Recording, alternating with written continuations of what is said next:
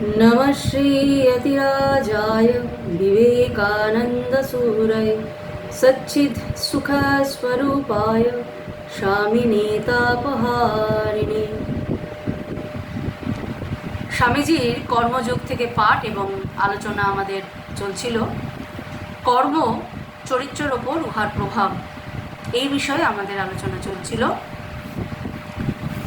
স্বামীজি বলছেন, সব কর্ম দ্বারা নিয়ন্ত্রিত। উপার্জন না করিলে কেহ কিছু পাইতে পারে না, উহাই সনাতন নিয়ম। আমরা কখনো কখনো মনে করিতে পারি ব্যাপারটা ঠিক এইরূপ নয়, কিন্তু শেষ পর্যন্ত আমাদিগকে পূর্বোক্ত নিয়মে দৃঢ় বিশ্বাসী হইতে হয়। তখন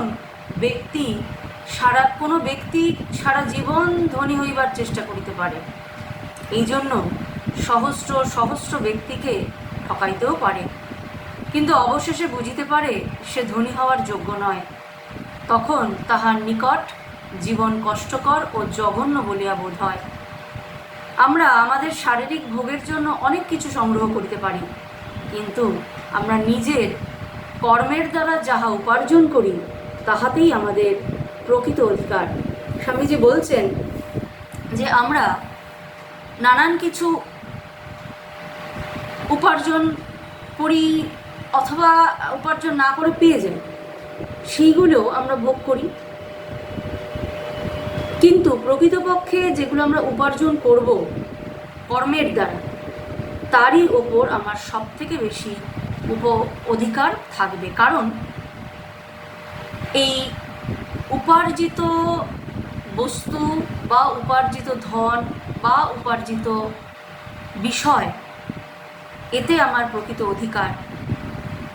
সেটি অর্থ, প্রাচুর্য, সম্মান, আধ্যাত্মিক শক্তি, আধ্যাত্মিক সম্পদ, জাগতিক, মানসিক, বৌদ্ধিক সব সম্পদ, সব ঐশ্বর্যই কিন্তু আমার উপার্জিত হওয়া প্রয়োজন। এই উপার্জন আমরা কর্ম এবং পরিশ্রম এবং অধ্যবসায় দ্বারা করতে পারি। স্বামীজি এখানে বলছেন, কোনো ব্যক্তি সারা জীবন ধনী হওয়ার চেষ্টা করতে পারেন, তার জন্য সে বহু মানুষকে ঠকাতে পারে, অর্থাৎ তাকে চিট করতে পারে, কিন্তু একটা সময় সে বুঝবে যে সে প্রকৃতপক্ষে ধনী হওয়ার যোগ্য নয়। কেন? কারণ সে কর্ম দ্বারা বস্তুটি উপার্জনের চেষ্টা করছে না, মানুষকে ঠকিয়ে বা কোনো না কোনো প্রকারেণ সে জিনিসটি বা বিষয়টি বা অর্থ, যে কোনো বিষয় সে শুধু লাভ করার চেষ্টা করছে এবং ভোগ করার চেষ্টা করছে। প্রত্যেক ক্রিয়ারই সমান এবং বিপরীত প্রতিক্রিয়া আছে, আমরা জানি। অর্থাৎ আমাদের কর্ম, আমাদের অধ্যবসায়, আমাদের প্রচেষ্টা, আমাদের ইচ্ছা শক্তি দ্বারা আমরা যে কোনো বিষয় যদি উপার্জন করি, সেটি আমরা সঠিকভাবে গর্বের সাথে ব্যবহার করতে পারি এবং নিশ্চিত শান্তির একটি অনুভব আমাদের মধ্যে হবে। কিন্তু ঠকিয়ে অথবা কাউকে বোকা বানিয়ে অথবা কাউকে আঘাত করে বা কোনোভাবে বুদ্ধির দ্বারা তাকে ফাঁদে ফেলে যদি সেই বস্তুটি আমি লাভ করার চেষ্টা করি, তা কিন্তু কখনোই হয়তো লাভ হবে, কিন্তু তার চিরস্থায়ী হবে না, বা আমার সেটি দ্বারা সেটি ভোগ করে বা সেটি বিভিন্ন কাজে লাগিয়ে আমি কিন্তু সেই আনন্দ পাবো না, অর্থাৎ সেটি আমার বিশেষ কাজে লাগবে না। এছাড়াও এইভাবে উপার্জিত যে কোনো বিষয় আমার চরিত্রের উপর একটি গভীর কালো দাগের সৃষ্টি করবে। স্বামীজি এখানে বলছেন যেটি চরিত্রের উপর ইহার প্রভাব কর্ম, অর্থাৎ তাহলে এইটি কি কর্ম নয় যে কাউকে ঠকানো? অসৎ কর্ম। এই অসৎ কর্ম দ্বারা কোনো বিষয় উপার্জন করলে সেটি কিন্তু প্রকৃত উপার্জন বলা যায় না। সৎভাবে থেকে, সৎ পথে থেকে, সৎ পদ্ধতিতে যে কোনো বিষয় যদি আমি অর্জন করতে পারি, সেটি হবে প্রকৃত উপার্জিত বস্তু। এরপর স্বামীজি বলছেন, একজন নির্বোধ জগতের সকল পুস্তক ক্রয় করিতে পারে, কিন্তু বলছেন একজন নির্বোধ সকল পুস্তক ক্রয় করলো, কারণ তার অনেক অর্থ আছে, কিন্তু সেগুলি তাহার পুস্তকাগারে পড়িয়া থাকিবে মাত্র। সে যেগুলো পড়িবার উপযুক্ত শুধু সেইগুলি পড়িতে পারিবে, এবং এই যোগ্যতা কর্ম হইতে উৎপন্ন হয়। অতগুলো পুস্তকের মধ্যে শুধুমাত্র যেটুকু তার বুদ্ধির দ্বারা সে গ্রহণ করতে পেরেছে বা বুদ্ধির দ্বারা সে অর্জন করতে পেরেছে যেটুকু জ্ঞান, সেইটুকুই সে ধরে রাখতে পারবে এবং সেটা জীবনে সে কাজে লাগাতে পারবে। বাকি কিন্তু হবে না, কারণ তার কর্মের দ্বারা উৎপন্ন হয়েছে। আমরা কিসের অধিকারী বা আমরা কি আয়ত্ত করতে পারি, আমাদের কর্মই তাহা নিরূপণ করে। আমরা কিসের অধিকারী এবং আমরা কি আয়ত্ত করতে পারি, সেটি আমাদের কর্ম নিরূপণ করে। আমাদের বর্তমান অবস্থার জন্য আমরাই দায়ী, এবং আমরা যাহা হইতে ইচ্ছা করি তাহা হইবার শক্তিও আমাদের আছে। আমরা যদি নিজেকে দুর্বল, নিজেকে কাপুরুষ, নিজেকে ক্ষমতাহীন, নিজেকে অপদার্থ মনে করি, তাহলে কিন্তু প্রকৃতপক্ষে যেটা দাঁড়াবে আমরা সেইটিই হয়ে দাঁড়াবো। আমরা এই মুহূর্তে যা আছি তা আমাদের পূর্ববর্তী কর্মের ফল।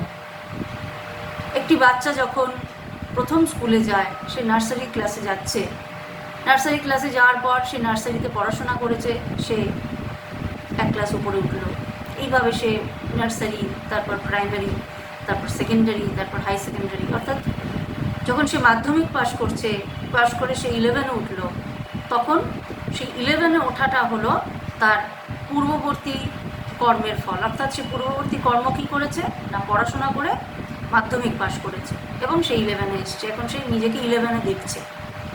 এরপর ধীরে ধীরে ধীরে ধীরে সে যত আরও পরিশ্রম করবে, যে অত খাটবে, আরও পরিশ্রম করতে করতে সে নিজেকে একটা সময় যেই জায়গায় দেখতে চায় সেই জায়গায় দেখবে। তার জন্য তাকে কর্ম করতে হবে। সে যদি বসে থাকে, আমি গোল্ড মেডেলিস্ট হব সায়েন্সে, কিন্তু আমি বসে রইলাম, যদি আমার ভাগ্যে থাকে তবে হবে, তবে সে কোনো দিনই তার ভাগ্যকে জয় করতে পারবে না। কারণ স্বামীজি আরেক জায়গায় বলছেন, আমাদের নিজের ভাগ্য আমরা নিজেরাই করি। অর্থাৎ অতীতের প্রতিফল আমরা এখন, অতীতে যা আমি করে এসেছি তার যে ফল বা তার যে প্রকাশ, সেটি আমি এখন, এবং এখন আমি যা করব তা আমার বর্তমান এবং ভবিষ্যৎকে তৈরি করবে। এরপর বলছেন, আমাদের বর্তমান অবস্থা যদি আমাদের পূর্বকর্মের দ্বারা নিয়ন্ত্রিত হয়, তবে ইহাই নিশ্চিত সিদ্ধান্ত হইবে যে ভবিষ্যতে আমরা যাহা হইতে ইচ্ছা করি আমাদের বর্তমান কর্ম দ্বারাই তাহা হইতে পারি। অর্থাৎ আমরা যদি মনে করি আমি একজন ডাক্তার হব, তাই আমাকে ডাক্তার হওয়ার জন্য পড়াশোনা করতে হবে এবং একটা সময় আমি ডাক্তার হব। কিন্তু আমি যদি পড়াশোনা না করি, মনে করি আমার ভাগ্যে যদি ডাক্তার আছে, আমাকে কেউ বলেছে তুমি ভবিষ্যতে ডাক্তার হবে, আমি কি হতে পারবো? সম্ভবই নয়। একটি সাধারণ গুটি পোকার কথা যদি আমি ভাবি, বা একটি ছোট্ট শুয়োপোকার কথা যদি আমি ভাবি, ছোট্ট শুয়োপোকা সে লার্ভা হয়ে জন্মেছে, তার মনে স্বপ্ন সে প্রজাপতি হবে। শুধুই হবে? এমনিই কি সে প্রজাপতি হয়ে যেতে পারে? না, তাকে পাতা খেতে হয়, তার শরীরের চারিদিকে একটা আবরণ তৈরি করতে হয়, সেখানে বেশ কিছুক্ষণ ধৈর্য ধরে সেই অবস্থায় তাকে থাকতে হয়, এবং একটা সময় সেই গুটি ভেঙে সে প্রজাপতি হয়ে উড়ে যায়। সেটাও কিন্তু তার কর্ম। এরপর বলছেন, অতএব আমাদের জানা উচিত কী রূপে কর্ম করিতে হইবে। আমরা অর্থাৎ আমাদের কর্মের পদ্ধতিটা কি আমরা জানি না। হয়তো আমরা কর্ম করছি, হয়তো আমি মাধ্যমিকের পড়া পড়ছি, কিন্তু আমাকে পাশ করতে হবে হাই সেকেন্ডারি, চলবে না তো। মাধ্যমিকের পড়া পড়লে হাই সেকেন্ডারি পাশ করতে পারবো না। সেই রকমই স্বামীজি বলছেন, আমরা কর্ম করি, কিন্তু কর্ম করি না তা নয়, কিন্তু কর্ম করলেই হবে না, কর্মের পদ্ধতিটা আমাদের জানা প্রয়োজন। সকলেই তো বলছেন, তোমরা বলিবে কর্ম কি করিয়া করিতে হয়, তাহা আবার শিখিবার প্রয়োজন আছে নাকি? সত্যি কথাই, আমরা ভাবি আমরা সব কিছু জানি, কীভাবে কর্ম করব তা আবার আমরা স্বামীজির কাছ থেকে শিখে নেব?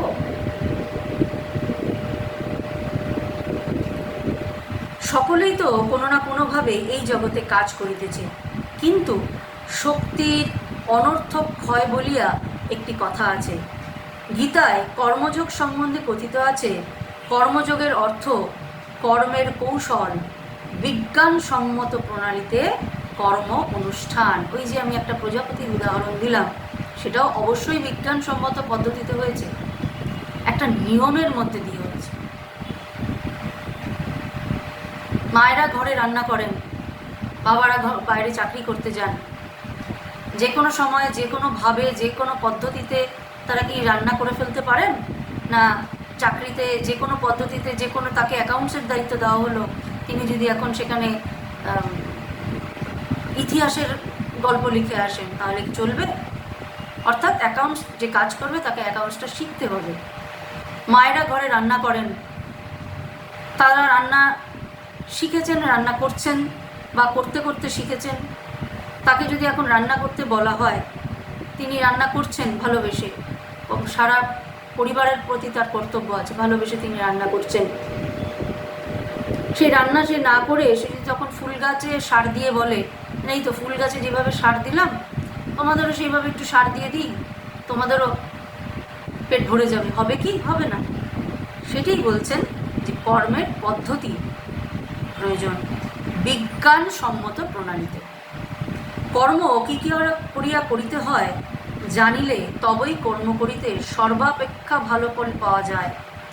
তোমাদের স্মরণে রাখা উচিত, সকল কর্মের উদ্দেশ্য মনের ভিতরে পূর্ব হইতে যে শক্তি রহিয়াছে তাহার প্রকাশ। আত্মাকে জাগাইয়া তোলা। প্রত্যেক মানুষের ভিতর এই শক্তি আছে এবং জ্ঞানও আছে। এই সকল বিভিন্ন কর্ম যেন ওই শক্তি ও জ্ঞানকে বাহিরে প্রকাশ করিবার, ওই মহাশক্তিগুলোকে জাগ্রত করিবার আঘাত স্বরূপ। বলছেন যে কর্ম কি করিয়া করিতে হয় সেটি বিজ্ঞান পদ্ধতিতে আমাদের শিখতে হবে, এবং কর্ম কি করিয়া করিতে হয় জানিতে পারিলেই সর্বপ্রকার সবথেকে ভালো আমরা কর্ম করতে পারি এবং কর্মের ফলটাও ভোগ করতে পারি। তোমাদের স্মরণ রাখা উচিত, বলছেন যে সকল কর্মের একটি উদ্দেশ্য থাকে। মনের ভিতরে পূর্ব হইতেই যে শক্তি রহিয়াছে তাহার প্রকাশ। প্রত্যেকের ভেতরেই অনন্ত শক্তি রয়েছে স্বামীজি বলছেন। তাই শক্তি নেই, আমি শক্তিহীন, এই দুর্বল মনোভাবকে সর্বৈব রূপে পরিত্যাগ করতে বলছেন স্বামীজি, এবং পরিবর্তে পুরুষকার জাগাতে চাইছেন, পুরুষকার জাগাতে বলছেন। অর্থাৎ এই শক্তি আর কিছুই না, পুরুষকার। আমি শৃণ্বন্তু বিশ্বে অমৃতের অমৃতস্য পুত্রা, অর্থাৎ আমি অমৃতের পুত্র, এই বোধ, এই শক্তি, এই মানসিক বলটাকে জাগাতে বলছেন স্বামীজি। মনের ভিতরে পূর্ব হইতে যে শক্তি রহিয়াছে তাহা প্রকাশ করতে বলছেন, আত্মাকে জাগিয়ে তুলতে বলছেন। প্রত্যেক মানুষের ভিতরে একই সমান শক্তি রয়েছে, কারোর বেশ কম নেই। তাই হবে না, আমার দ্বারা হবে না, আমি পারবো না, এই বোধটাকে সম্পূর্ণরূপে পরিত্যাগ করতে বলছেন, এবং ওই মহাশক্তিগুলোকে জাগ্রত করিবার আঘাত স্বরূপ বলছেন বিভিন্ন কর্ম, এই যে আমরা বিভিন্ন কর্মগুলো যে করছি তা যেন আমাদের ভিতরের যে শক্তি এবং জ্ঞান রয়েছে তার আঘাত স্বরূপ বা তাকে জাগিয়ে তোলার একটি উত্তেজক স্বরূপ বলা যেতে পারে। এরপর বলছেন, মানুষ নানা উদ্দেশ্যে কর্ম করিয়া থাকে, কোন উদ্দেশ্য ব্যতীত কার্য হইতে পারে না। কোনো কোনো লোক যশ চায়, তাহারা যশের জন্য কার্য করে। কেহ কেহ অর্থ চায়, তারা অর্থের জন্য কার্য করে। কেহ কেহ প্রভুত্ব চায়, তারা প্রভুত্ব লাভের জন্য কার্য করে। অনেকে স্বর্গে যাইতে চায়, তারা স্বর্গে যাইবার জন্য কার্য করে। অপরে আবার মৃত্যুর পর নিজেদের নাম রাখিয়া যাইতে চায়। চীন দেশের রীতি, একটি রীতির কথা বলছেন এখানে স্বামীজি, না মরিলে কাহাকেও কোনো উপাধি দেওয়া হয় না। বিচার করিয়া দেখিলে ইহা অপেক্ষাকৃত ভালো প্রথা বলিতে হইবে। চীনে কোনো লোক খুব ভালো কাজ করিলে তাহার মৃত পিতা বা পিতামহকে কোনো সম্মানজনক উপাধি প্রদান করা হয়। কেহ কেউ এই উদ্দেশ্যে নিজেও করিয়া থাকে, কেউ কেউ এটি নিজেও করিয়া থাকে। কোনো কোনো মুসলমান সম্প্রদায় আবার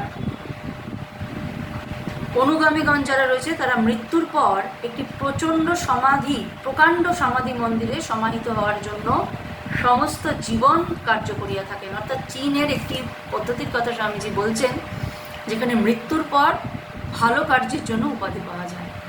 আর কেউ যদি জীবিত অবস্থায় কোনো কার্য করে, ভালো কোনো কার্য করছে, তাহলে তার পূর্বপুরুষ যিনি রয়েছেন, পিতা বা পিতামহ বা প্রপিতামহ, তাদেরকে সেই উপাধিতে ভূষিত করা হয়।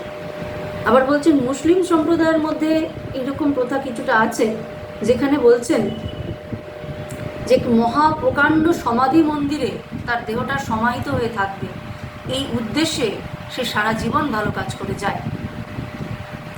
আমি এমন কয়েকটি সম্প্রদায়ের কথা জানি, যাহাদের মধ্যে শিশু জন্মিবা মাত্র তাহার জন্য সমাধি মন্দির নির্মিত হইতে থাকে। ইহাই তাহাদের বিবেচনায় মানুষের সর্বাপেক্ষা প্রয়োজনীয় কর্ম, এবং ওই সমাধি মন্দির যত বৃহৎ ও সুন্দর হয়, সেই ব্যক্তি ততই ধনী বলিয়া বিবেচিত হয়। কেহ কেহ আবার প্রায়শ্চিত্তরূপে কর্ম করিয়া থাকে। সর্ববিধ অসৎ কার্য করিয়া শেষে একটি মন্দির প্রতিষ্ঠা করিল, অথবা পুরোহিতগণকে কিনিয়া লইবার জন্য এবং তাহাদের নিকট হইতে স্বর্গে যাইবার ছাড়পত্র পাইবার জন্য কিছু অর্থ তাহাদিগকে দিল। তারা মনে করে এইরূপ দানের দ্বারা তাহাদের পথ পরিষ্কার হইল, পাপ সত্ত্বেও তাহারা শাস্তি এড়াইয়া যাইবে। মানুষের কার্যপ্রবৃত্তির বহু উদ্দেশ্যের কয়েকটি মাত্র বলা হইল। স্বামীজি এখানে বলছেন যে কিছু কিছু সম্প্রদায় আছে যেখানে শিশু জন্মিবা মাত্র তার একটি সমাধি মন্দির তৈরি শুরু হয়। এরপর তার কর্ম যত ভালো হয়, কর্ম যত বৃহৎ হয়, কর্ম যত সুন্দর হয়, তত তার সমাধি মন্দিরটা সুন্দর হতে থাকে, এবং একটা সময় তাকে সেখানে তার মৃত্যুর পর সমাধি দেওয়া হয়। আবার কিছু কিছু মানুষ আছে যারা সারা জীবন পাপ কর্ম করেছে, কিন্তু মৃত্যুর পূর্বে সে এক বিশাল মন্দির তৈরি করলো, অথবা পুরোহিতদের অনেক উপঢৌকন দিল, অথবা পুরোহিতদের নানান অর্থকড়ি দিয়ে তাদের কাছ থেকে স্বর্গে যাওয়ার ছাড়পত্র গ্রহণ করলো, এবং সে মনে করলো সে যে এত সারা জীবন ধরে যে পাপ কর্ম করে এসেছে তার প্রায়শ্চিত্ত স্বরূপ সে এটি করলো, এবং স্বর্গে গিয়ে সে একটি অতি উচ্চ পদ লাভ করবে এবং সুখ বিলাসিতা স্বাচ্ছন্দ্যে তার জীবন কাটবে। এটি কতগুলো কর্মের পদ্ধতি স্বামীজি এখানে আমাদেরকে বলছেন। কর্মের জন্যই কর্ম করো, এর পরের কথাটি সব থেকে গুরুত্বপূর্ণ। স্বামীজি বলছেন কর্মের জন্য কর্ম করো। সকল দেশেই এমন কিছু মানুষ আছে যাহাদের প্রভাব সত্যই জগতের পক্ষে কল্যাণকর। তারা কর্মের জন্যই কর্ম করেন, নাম যশ গ্রাহ্য করেন না, স্বর্গে যাইতেও চাহেন না, লোকের প্রকৃত উপকার হইবে বলিয়াই তাহারা কর্ম করেন। আবার অনেক আছেন যাহারা আরও উচ্চতর উদ্দেশ্য লইয়া দরিদ্রের উপকার ও মনুষ্য জাতিকে সাহায্য করেন, কারণ তাহারা সৎ কার্যে বিশ্বাসী, তারা সদ্ভাব ভালোবাসেন। নাম যশের উদ্দেশ্যে কৃতকর্মের ফল কখনো সঙ্গে সঙ্গে পাওয়া যায় না। সচরাচর দেখা যায় যখন আমরা বৃদ্ধ হই এবং আমাদের জীবন প্রায় শেষ হইয়া আসিয়াছে, তখন আমাদের নাম যশ হয়। কিন্তু যদি কেহ কোনো স্বার্থ পূর্ণ উদ্দেশ্য ছাড়া কাজ করে, সে কি কিছুই লাভ করে না? হ্যাঁ, সে সর্বাপেক্ষা বেশি লাভ করে। স্বামীজি বলছেন কর্মের জন্য কর্ম করো, কর্মের ফলের জন্য নয়, নাম যশের জন্য নয়, মানুষ তোমার সুখ্যাতি করবে তার জন্য নয়। এটি অতি উচ্চ ভাব। কর্মের জন্য কর্ম করো, অথবা শিবজ্ঞানে জীবসেবা। কর্মের জন্য কর্ম করা ভাবটি অতি উচ্চ ভাব, কিন্তু শিবজ্ঞানে জীবসেবা করাটি তবু আমাদের পক্ষে যেন একটু সহজ বলে মনে হয়। শিব জ্ঞানে জীবকে সেবা করছি।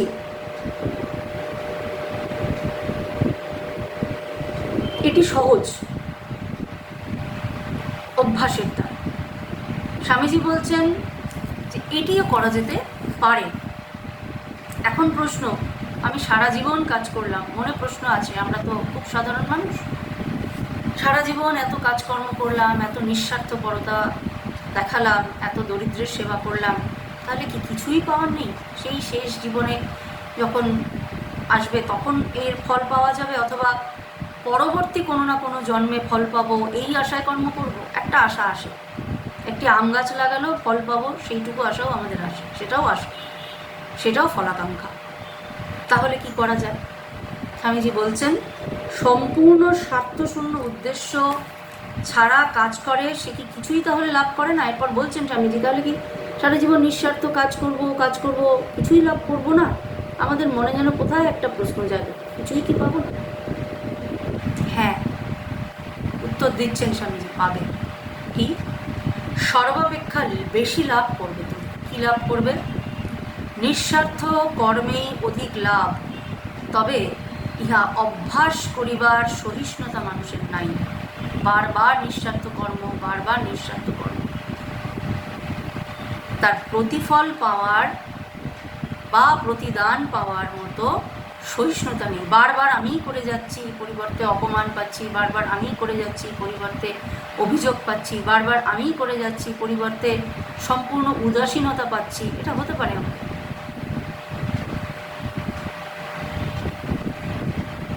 স্বামীজি বলছেন কোনো কর্মই নিষ্ফলে যাচ্ছে না, পাবে, তবে সহিষ্ণুতা চাই। আমাদের সহিষ্ণুতার বড় অভাব বর্তমানে। এরপর বলছেন সাংসারিক হিসেবেও ইহা বেশি লাভজনক। প্রেম, সত্য, নিঃস্বার্থপরতা এগুলি শুধু নীতি সম্বন্ধীয় আলংকারিক বর্ণনা নয়, এগুলি আমাদের সর্বোচ্চ আদর্শ। কারণ এগুলির মধ্যেই মহতী শক্তি নিহিত রইয়াছে। প্রথমত, যে ব্যক্তি 5 দিন অথবা 5 মিনিট কোনো স্বার্থ অভিসন্ধি ব্যতীত ভবিষ্যতের কোনো চিন্তা বা স্বর্গলাভের আকাঙ্ক্ষা, শাস্তির ভয় অথবা এইরূপ কোনো বিষয় চিন্তা না করিয়া কাজ করিতে পারেন, তাহার মধ্যে শক্তিমান মহাপুরুষ হইবার সামর্থ্য আছে। বলছেন একটি মানুষ 5 দিন বা 5 মিনিট কোনো রকম অভিসন্ধি ছাড়া, কি অভিসন্ধি? স্বর্গলাভের অভিসন্ধিও থাকবে না, শাস্তির ভয়ও থাকবে না, শাস্তি থেকে মুক্তি পাওয়ার ইচ্ছাও থাকবে না, এইগুলো ছাড়িয়ে সে যদি কাজ করতে পারে, তবে সে মহাশক্তিমান মহাপুরুষে উপনীত হবে। এই ভাব কার্যে পরিণত করা কঠিন, কিন্তু আমাদের অন্তরের অন্তঃস্থলে আমরা ইহার মূল্য জানি ইহা কত শুভ ফলপ্রসূ। কীভাবে সেটি ফলপ্রসূ সেটা স্বামীজি বলছেন এই কঠোর সংযমী শক্তির মহোচ্চ বিকাশ। সমুদয় বহির্মুখ কার্য অপেক্ষায় আত্মসংযমী অধিকতর শক্তির প্রকাশ। অর্থাৎ কোনো কিছু অপমান, অভিযোগ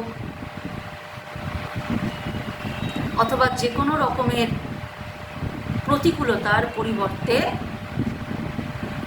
সম্পূর্ণ সহিষ্ণুতা এবং আত্মসংযমই সবথেকে বড় অধিকতর শক্তির প্রকাশ। কেউ আমাকে কুকথা একটি বলল, আমি পরিবর্তে তাকে 10টা শুনিয়ে দিলাম, এটাকে শক্তির প্রকাশ বলছে না।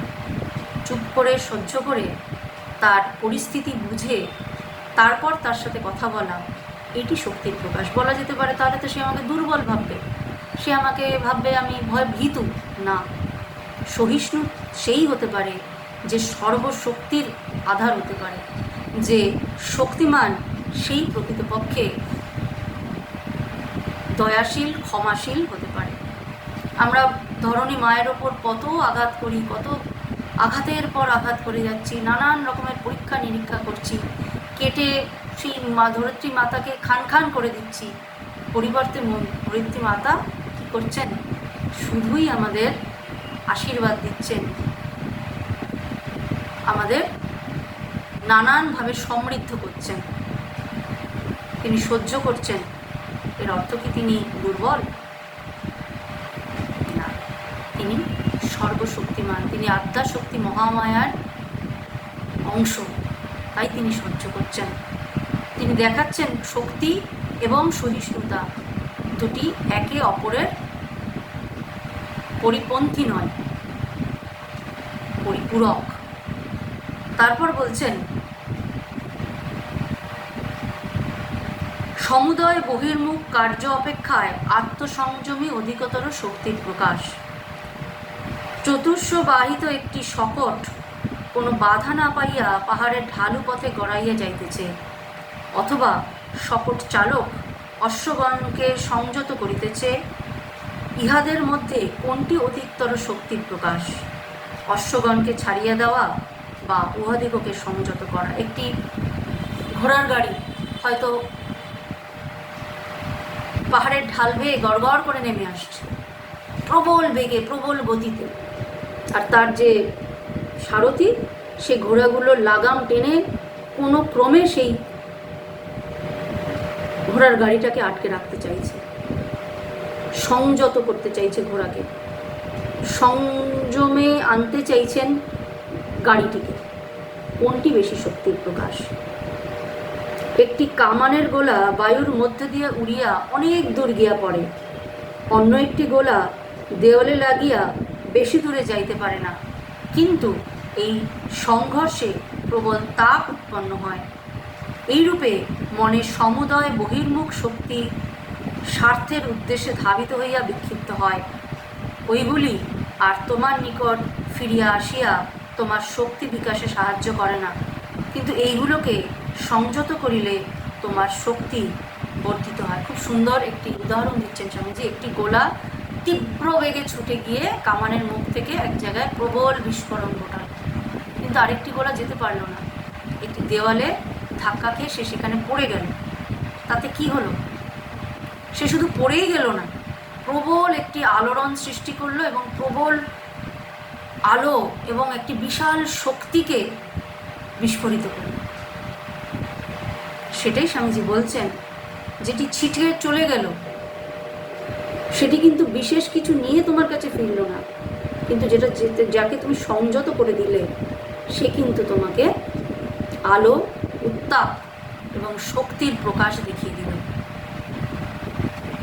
তাই এই পুরুষকারকে জাগরিত করা, কর্মকে ইচ্ছা শক্তির দ্বারা করা এবং নিষ্কাম কর্মকে নিষ্কাম কর্ম মনে করে বা কর্মের জন্যই কর্ম মনে করে যদি আমরা করতে পারি এবং সংযতভাবে সংযম জীবনযাপন করে, সংযমের মধ্যে দিয়ে জীবনযাপন করে যদি আমরা এগোতে পারি সহিষ্ণুতা সহকারে, তাহলে ওই প্রত্যেক ক্রিয়ারই সমান এবং বিপরীত প্রতিক্রিয়া আছে, এটি বিজ্ঞান বলছে। তাই যতই আমরা নিষ্কামভাবে করি, আমরা ভাবলাম কিছুই পেলাম না, নিষ্কাম শুধু করে গেলাম, হতাশ হয়ে পড়তে পারবে না। স্বামীজি বলছেন এর একটি প্রতিদান, একটি প্রতিফল আছেই, এবং এগুলো যদি তুমি সহিষ্ণুতার সঙ্গে করে যেতে পারো, তাহলে একটা সময় তুমি নিজেকে যে জায়গায় পাবে, আজ থেকে হয়তো 10 বছর 20 বছর আগে তুমি এই জায়গায় নিজেকে কল্পনা করতে পারো পর্যন্ত। আজ এই পর্যন্ত, সকলে ভালো থাকবেন। ওম শান্তি শান্তি শান্তি। হরি ওম তৎসৎ। শ্রীরামকৃষ্ণ।